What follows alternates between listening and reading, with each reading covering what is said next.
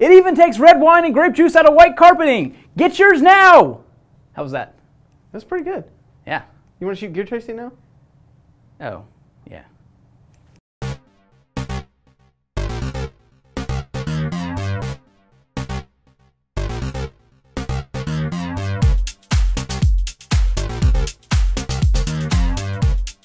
Hey guys, welcome to Gear Tasting. Today I'm excited to show you some new stuff from Core Third. They're a new solar company on the market, and I found out about them through our friends over at Prometheus Design Works, as well as Mark Florido, who is a photographer that's done some work for us before, like at Muster last year. So Mark uses this stuff extensively. Patrick's checked it out over at Prometheus, and I'm looking forward to kind of getting hands-on with it and really learning more about the intricacies of the unit and how it operates. I've played around with it a little bit today. It just came in the mail, so I really haven't had a chance to dig in deep with it, but I've started to look at some of their documentation online, started to mess around with some of their stuff that they have here. Had this out in the sun for quite a few hours today as well, kind of checking it out and seeing how it holds and charges and things like that. So basically the way their system is set up is they make 3 different size solar panels currently. This is the 10-watt solar panel that they make. It's called the Masai 10.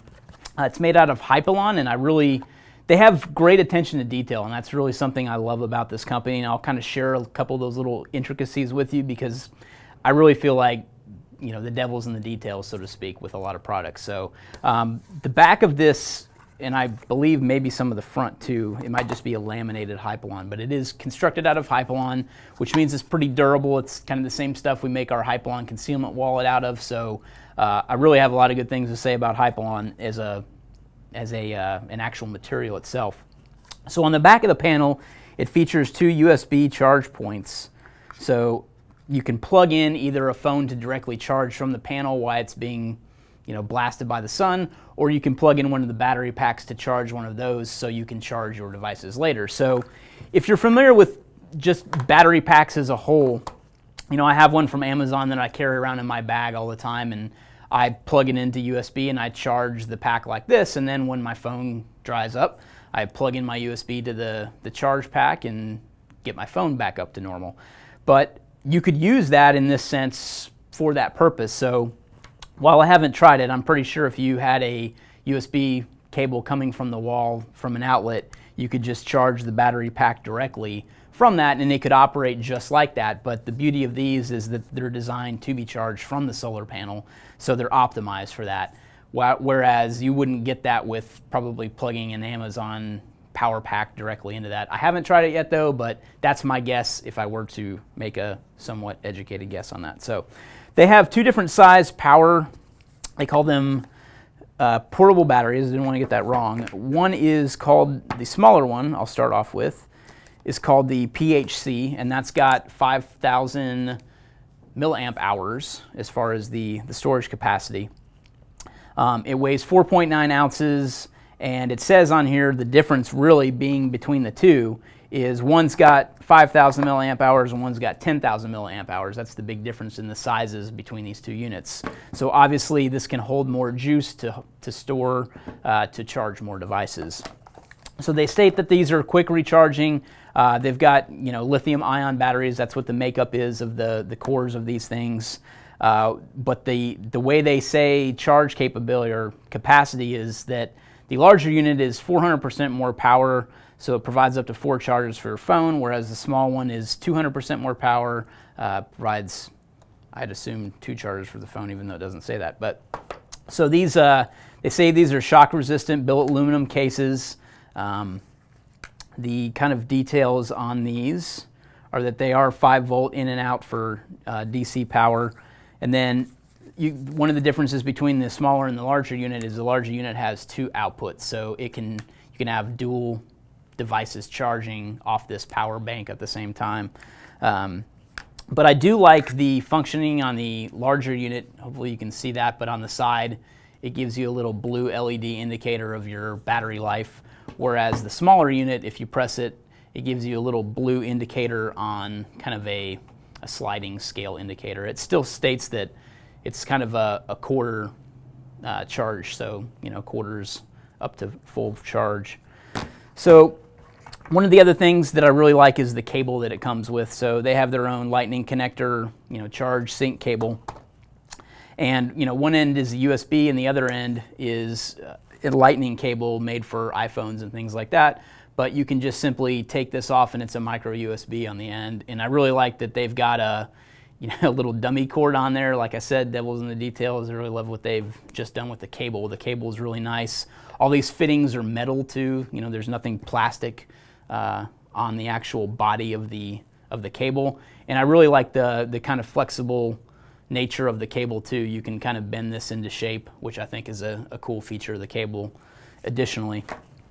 So, like I said, 10 watt panel. I haven't got a chance to figure out, how long it takes to charge a battery from a panel that's in full sun. I was trying some stuff today and we haven't really had consistent sunlight today, so I haven't really had a chance to do that. One other thing I wanted to say is that it comes with 2 of these little gear ties so that you can mount this on the back of a backpack. You can basically twist tie it to a backpack with these gear ties, and that's a way you can kind of have that on your back on the go to charge devices or one of the power banks. I keep saying power bank, but it's portable battery. I have to keep looking that up. So just trying to familiarize you guys with Core Third and their product line. They've got some other stuff other than what you see here, but this is kind of the gist of what they, kind of their primary panel is this 10 watt. They also have a larger one and a smaller one that kind of complements the Masai 10. Didn't want to forget the name. So check them out, Core Third.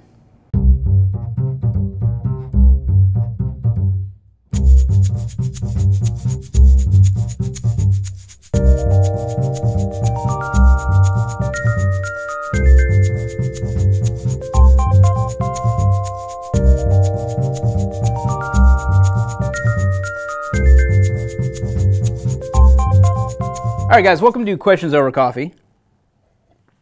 The first one I have is from Travis C. on Facebook, who says, what sling do you recommend for ARs, 1, 2, 3-point, or convertible? I have a first generation Magpul MS4, but it's too short running at 2-point, and the adjustment strap gets in the way running at 1-point.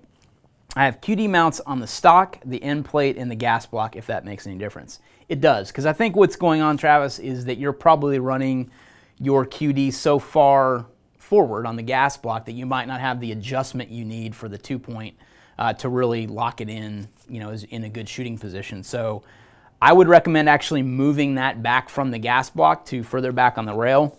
And what I mean by that is, I thought this question would be a good way to address something I'm trying to, and I'm trying to get used to the QD stuff because I know that's kind of a big deal right now. More people are moving to QD options for slings.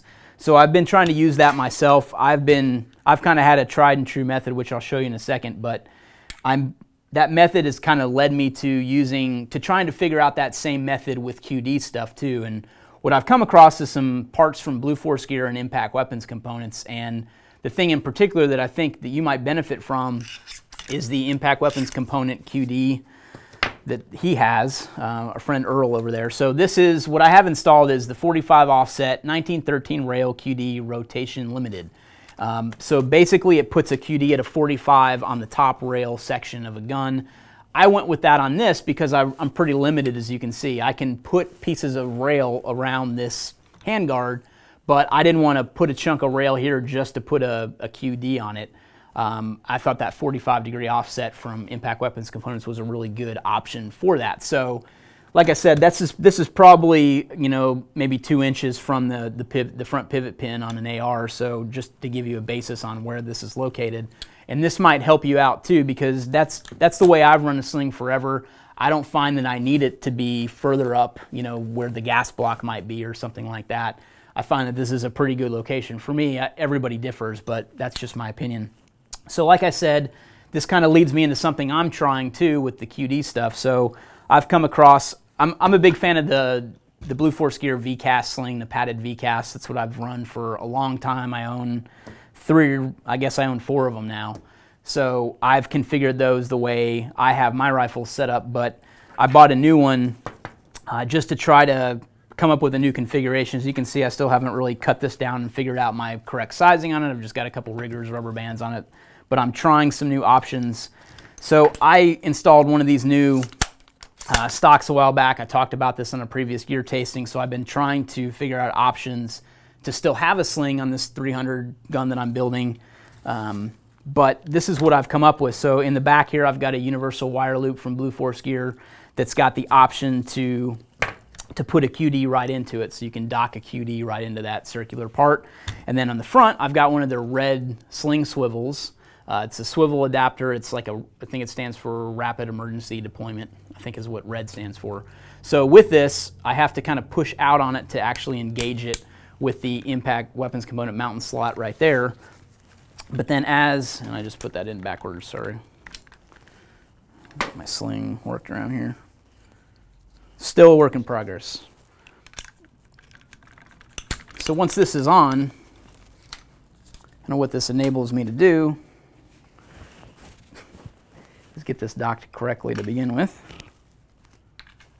All right, so once this is in, I come up to my shooting position, and then all I have to do is pull that red sling swivel, and I can clip it in here to the back, and I'm still kind of getting my muscle memory down to actually be able to clip this back in here, because as you can see, there's kind of a lot going on in this area with the UWL from Blue Force Gear and the red, and all this is kind of a big chunk of metal, which, you know, it's good in some aspects, but it kind of gets in the way a little bit too. So I know that their metal hardware is a lot more durable. There's nothing wrong with metal hardware, but at the same time, this is just a lot of metal kind of interacting with the back of this sling. So again, so I can put it up here to 2-point, and then I can bring it back again.